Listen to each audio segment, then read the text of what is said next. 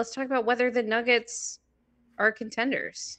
Well, Yeah, sure. When it comes to the schedule, I think Malone has always been somebody who is trying to gain as much as you can, like motivating the team to care about divisions and hmm motivating them to care about back-to-backs. I like the way that Malone handles that, and I think the Nuggets team in general are gonna be a little bit more motivated and like energized this season based on what they said. And I think Jamal has his prove it season again. I think Christian Brown has a prove it season. I think everyone like P. Watt and Straw there. So I think the motivation and energy is going to be there. can I just make a comment about the Jamal thing? You're talking Sure. about him having a Yeah. perfect season. I still don't think that they're going to go into the season without Jamal having signed an extension. But it is notable that last week we got some photos of practice at the practice facility. Jamal was there in Denver following his Olympic run almost immediately, right? Because the Olympics ended, I believe, on was it Monday last week? The women played their final. And then by the middle of the week, Jamal is in Denver. Obviously, Canada's Olympics ended a little early, so maybe they flew back early as well.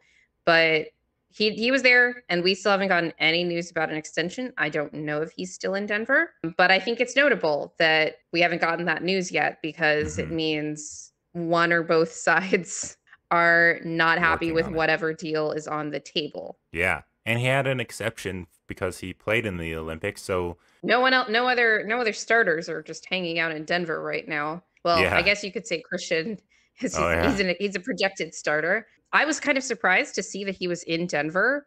There's no reason I think like maybe that's just me. I don't know how exactly these deals are worked out, but I don't generally think you have to be physically present to negotiate these things, especially when Mm-mm. it's not like he's spent a bunch of time away. This isn't a free agent who they're thinking about signing to a max contract. Like he's been there, Yeah. he's on the team already. Maybe this has something to do with like wanting to see Jamal there practicing, like getting in shape, whatever. I think it's notable that there's been no news about the extension yet. Because you'd think if he's flying to Denver immediately after the Olympics, it's specifically to work on negotiating that deal. And his representation, as well as everything from the team, has been suggesting that it's about the Olympics, and after the Olympics, we'll deal with that then. The Olympics are over. And I don't think I would have been thinking about it in like this such an immediate term if we hadn't seen him in Denver right after the Olympics. I'd still be thinking about it in the back of my head, but the fact that he was there and we still don't have the news is why, it's at the forefront. I would have been thinking about it just because of the time that's already gone by, because everyone was Yeah. saying they're just waiting till after the Olympics and then they're going to sign it. Maybe everything's still fine. Maybe they're negotiating. I really have no idea, but I think the fact that it hasn't happened yet is worth thinking about. And if you're one of those people who are skeptical about how Jamal's going to look, just seeing him in the gym in Nuggets gear is a good sign. Like that's what you want to see. Like he could be working out elsewhere, like in Toronto, and like It's doing true. his own thing, and maybe wouldn't have ever seen it. Maybe I'm too like nice, but I was always of the mindset that the Nuggets shouldn't try to put in all these stipulations in the extension and just treat Jamal like a champion and a pro. So handle your business and treat him like a grown up essentially. And I I mean, think a grown up they're giving $200 million to. I know the money is what makes it more like, hey, we're giving you this money. We have to be really careful about how we're allocating that. Yeah, you can like nitpick and ask, is Jamal going to live Yeah. up to this max? I get how like you can try and nickel and dime this deal potentially to like save something around the margins. It's Jamal Murray. Just hand him what he deserves and be an Well, organization that's that the takes care of your question when you people. say hand him what he deserves. I One, think I the don't know that full, everyone agrees with that statement. full And number two, I think the definition of what he deserves is what's probably being argued right now. Yeah, that's just where I am on Jamal. Like, I'm not into nitpicking what he's doing and like saying you have to like have weigh-ins and like whatever the hell to incentivize him. I just believe that he's smart enough and mature enough to know what he's supposed to do. You know, like just treat him like you believe in Well, I don't him. know. He plays And better when he's angry, so maybe that'll work. I agree with you about like the whole stipulations things. I think that it actually just gets messier because they offered the full max. This was the number that I predicted they would go with, like during the season. I was like, okay, they're gonna give Jamal a max since he didn't make All NBA. He's not eligible for super max, but he's gonna be eligible for max money. That's what they're gonna give. I think the fact of the way that the playoffs went and how they ended just left a bad taste in everybody's mouth. That plus, you say that it would be easy to trade him if they gave him a max and like things didn't work out. And like, I don't necessarily think that's true because if you give him a max, that deal is tied to the salary cap. It's not it is a set number, but it's kind of tied to the cap right now. And it's going to be like the max money that it can be over the next few years because the salary cap is going to be going up as much as it possibly can over the next few years. I do think that teams have been a lot more cautious about particularly those second stars, like we've talked about, whether it was signing them or trading for them, unless you're the Philadelphia 76ers, I guess, because their whole plan was cap space and all that. And so I understand the hesitancy from that position with the number, but I agree with you. Like the whole thing with all the stipulations and all that doesn't really make sense to me because if you wanted those to be in there, I don't know how it's even helpful to you, honestly, for those to be in there. If anything, trying to get like the number down would have been more helpful because it offers more like roster building flexibility.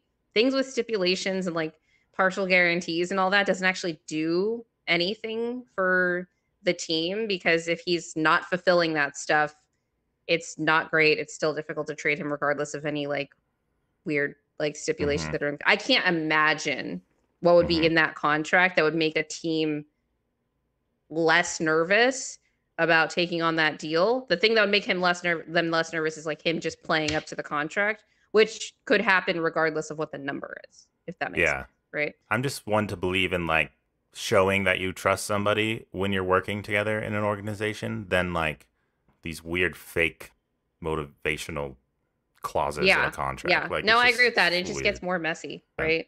But the reason we're talking about Jamal so much is because he's like the biggest factor in this are the Nuggets contenders, I would argue. If he's playing really well, the Nuggets are going to be contenders with him and Jokic. I don't care who the rest of the players are on the roster. And maybe that's a little bit of a oversimplification because AG and MPJ are really important. I just wanted to give a couple of stats on the Jamal plus Jokic on the floor thing because like you said, if those two guys are playing, they're healthy and they're playing at their best, then that's what makes the Nuggets a contending team. Over the last 3 seasons, Jokic and Jamal have been over a plus 12 on the floor net rating together.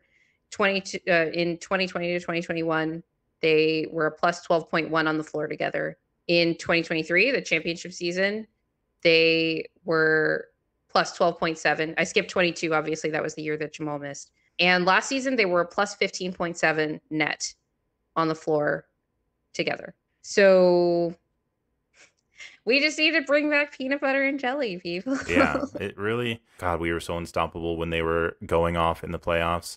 Obviously, the other players are important. KCP was important, so I get why people are selling their Nugget stock as Hoop Collective just did. And, you know, I don't blame people for not believing that the Nuggets are going to win the title next season. I would probably even be surprised if the Nuggets won the title coming into the season, but I still believe they're contenders. How you define contenders, I guess everyone's different. Like you have to be in the finals or you have to be in the conference finals. I think it's more like, no, you have to get to at least finals. You have to at least be perceived to get to the Western Conference Finals because I could see the Thunder and the Mavs and the Wolves and Nuggets getting there. I think that's about right. I need to think about it a little bit more because there's a couple of teams at the top of the West where I'm thinking about where they'd be regular season wise, where I'm still not sure if I consider them contenders because of some pretty glaring flaws. We haven't talked about like the fringe players that so much depends on with the depth of Christian Brown and P. Watt, Russ. We've talked about like kind of our expectations around when the Russ signing was announced. I'm just hoping they're serviceable enough to spell the starters. We already win a season that we didn't win a title, so it's like, okay, we had our off year. But at the same time, are you really going to expect us to win the title again this season? What are the realistic expectations? I Well, think we had I to. don't think that a title is a realistic expectation for any team unless you're the Boston Celtics, because you're basically guaranteed to win That's your true. conference. No one is guaranteed to win the Western Conference, Hmm. right?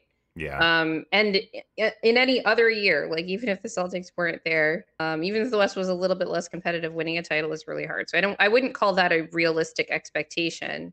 But in terms of what makes a team a contender, I don't see the Nuggets as any less of a contender than any team in the West, and I definitely see them as more of a contender still in my eyes than at least as much Some of a East contender as teams. any team in the West. Yeah. And oh yeah, definitely than most of the East. Like every team Yeah. except Boston. Every team in the Yeah. East except Boston. And even then, like if they met in the finals, I'm picking Denver Yeah. I really think unequivocally. it's those top four teams with maybe some surprises where, like, who knows, maybe there's an injury to one of those teams. And then Memphis is actually amazing. And then they're like in the top 14. But that is something that I do want to stress with this question. The idea that you should be selling your Nuggets stock because they got worse while the rest of the West got better. Tell me the Western Conference team that is going to beat the Denver Nuggets, let's say 6 games, because I think a 7-game series is truly a toss up. Like that's what happened. That's why I didn't want the Nuggets to go to game 7 last year. Was not a fan. 6-game series or less. Tell me the West team that's going to beat the Nuggets in 6 games or less. McMahon asked who's guarding the Shays, the Lucas. I can't remember all the players he named. I think he said the LeBrons, The the eight, John like the Morants. LeBrons, the John Morants, and So it's like I look, think he would have I think Memphis, that I think that Lakers. KCP is very specifically useful for the Stephs, the Devin Bookers. When I say specifically useful, he was very versatile and helpful, but in a way that's like irreplaceable. Like I don't think we're going to be able to guard Steph nearly as well without KCP. I don't think we're going to be able to guard Damian Lillard nearly as well without KCP. John Morant, question mark. I didn't see, just because we didn't see as much of it in the last couple seasons with injuries and whatever when those games actually came around. But we have like this the problem with this team is actually that we have too many like defensively oriented point of attack wings and not enough offensively oriented players. I'm not like, while I'm worried about the defense in certain aspects, I think that losing KCP's defense, downgrading us from being a contender, is like a way overreaction, regardless of my own critiques of, that decision. I would understand people selling stock for this season because, of course, we don't know how the young guys are going to be, and you lose KCP. Sure, if you're not tuned into the Nuggets, I'm not going to begrudge you. But if you're like saying, are the best days of Denver contending behind them, that is way too much because I used to see tons of skeptics about LeBron throughout his whole career about is LeBron's best days of contending over because he would go through cycles of like having a really good roster and then maybe not having the best roster and then he would go somewhere else, right? And everyone would say, I'm never betting against LeBron. I'm not seeing that same treatment with Never Jokic betting against necessarily. Jokic. Like I know Wendy said like he believes in Jokic so much so he's sad that he has to sell his Nuggets stock. Well, that's fine. I would still say I believe in Jokic so much that the Nuggets will be contenders just because he's on the team. He's won playoff games with like Run playoff series Yeah, that's what I meant to with say. insanely, let's say challenged Challenge rosters, rosters. NBA player challenged rosters. For sure. I will never say the Nuggets are not contenders if Jokic is on the team. I think that there's not enough credit being given to MPJ, AG, and what Jamal can be when you know that he's actually healthy and at his best. Even like in a regular season context, like that 4-man lineup just kicks ass, right? Like Yeah. that's why they're our core. I do think that part of what's happening is an overrating of some other teams in the West because, like I said, in I could see any team in, say, the top 6 in the West beating the Nuggets in, say, 7 games, which is a toss-up. Although I think that Denver should be favored in most of those matchups, but I don't see any team beating them in 6 games or less. I wouldn't favor any team, but maybe Minnesota, and even then, I would say that series is a toss-up. Yeah. Versus, Definitely. so my question is like, regardless of OKC versus the Nuggets, they have to show me that the additions of Alex Caruso and Isaiah Hartenstein makes them a serious title contender. That has Yeah. not been shown, right? Yeah. Just because you add a $27 million a year player, or in the case of the Philadelphia 76ers added Paul George, everyone is still like skeptical of them, but it doesn't seem like OKC is getting any skepticism whatsoever. And I think they're a great team. I thought they were an awesome team, especially in the regular season last year, which is part of why I think part of what's happening is that OKC in particular is their regular season from last year isn't being appreciated for how good they were. So everyone's like, "Oh, but they were," and then they ended up the 1 seed and they're like, "They're really good." And now they got better. I'm like, "Guys, you don't know how great they were last year. This is going to be a Hmm. different dynamic for this team."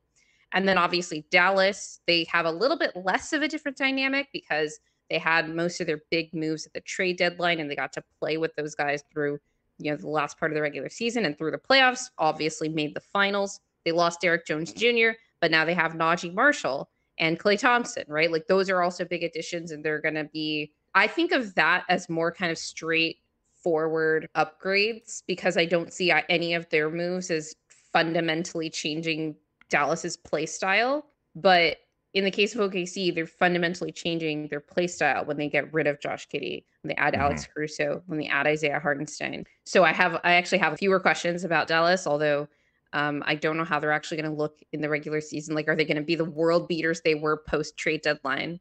Or are they going to be just like another really good Western Conference team that's going to be fighting for a top seed? Hmm. That's why I'm just like, guys, I need you to put these other Western Conference teams in context because the Nuggets are still awesome. They won 57 games last year. Yeah. They were tied for the 1 seed and just lost that tiebreaker And I'd on a argue Shea game winner, and I'd right? argue Like, not playing our best in the playoffs. yeah, So there's a yeah. chance that just with a good Jokic and Jamal, that we're still like far and away the best West team. The perception of fans and analysts, whoever, I feel like it's always kind of similar post LeBron on the Cavs and Steph and the KD Warriors, at least because that was a different case. But the up and coming Nuggets were kind of like a hip, cool team to like, where they were kind of being compared to the Warriors, like built through the draft. Then they kind of showed what they could do, get to the Western Conference Finals and fail. And then people start going, well, actually, can they really do this? Then they win. Then you lose. And then people start saying, well, is their window now closed and it's over for them? And the Thunder, I think, are going to get that same treatment where the expectations were not super high because they're so young still. They're playing with house money. They show that they're really good, but no one was expecting them to win the title. So they kind of overachieved. This season, they're technically better with their additions. The expectations are going to be higher this season. A lot of analysts can see potential in new teams, and until they see them lose and how it happens, they won't really start to doubt them.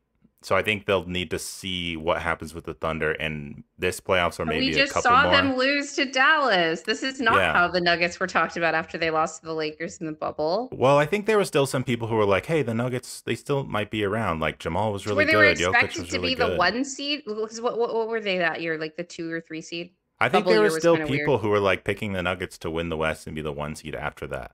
I don't think there was like a ton of can the Nuggets really do this until Jamal got hurt.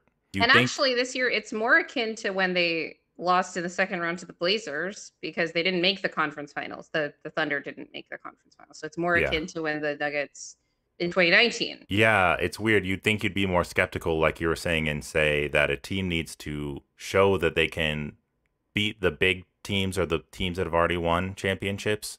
I get thinking that they're good too. Like we've had this discussion when we like one of the first episodes of the podcast, we talked about all these young players and all these sneaky good teams that everyone's talking about. And I was kind of the one that was like on the side of defending, like, actually, yeah, like these young teams are kind of underrated and this and that. But everyone's already jumped to the point of saying like, well, the Thunder are contenders right now, and the Nuggets are not contenders right now. And I'm like, Yeah. this is madness. Like you can say these changes that OKC made, I see them if putting my analyst brain on. These might specifically address the things that I saw as their deficiencies, keeping them away from true contention status. To go as far as saying this team that has the same core as they did when they won the title 2 years ago. Yes, they lost. You know, they lost their fifth man and they lost their sixth man the year before, but they've still got, you know, guys coming through the pipeline, and their best player, who is the best player in the league, I might remind you, you know, is still around.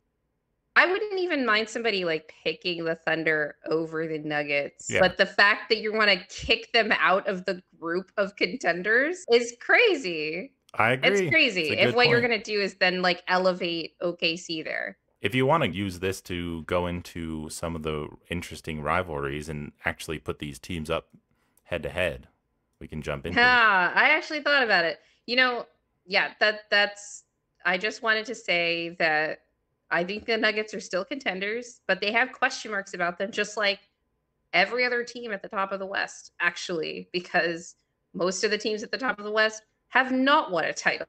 The Nuggets happen to have done that with the same core that they have right now, who are still in their primes. Jokic is not yet 30. Yeah. Right? And he's the oldest of the core. And so, you know, I just want to put that out there and let everyone know that there is not a fire. It's going to be fine. They're going to figure it out.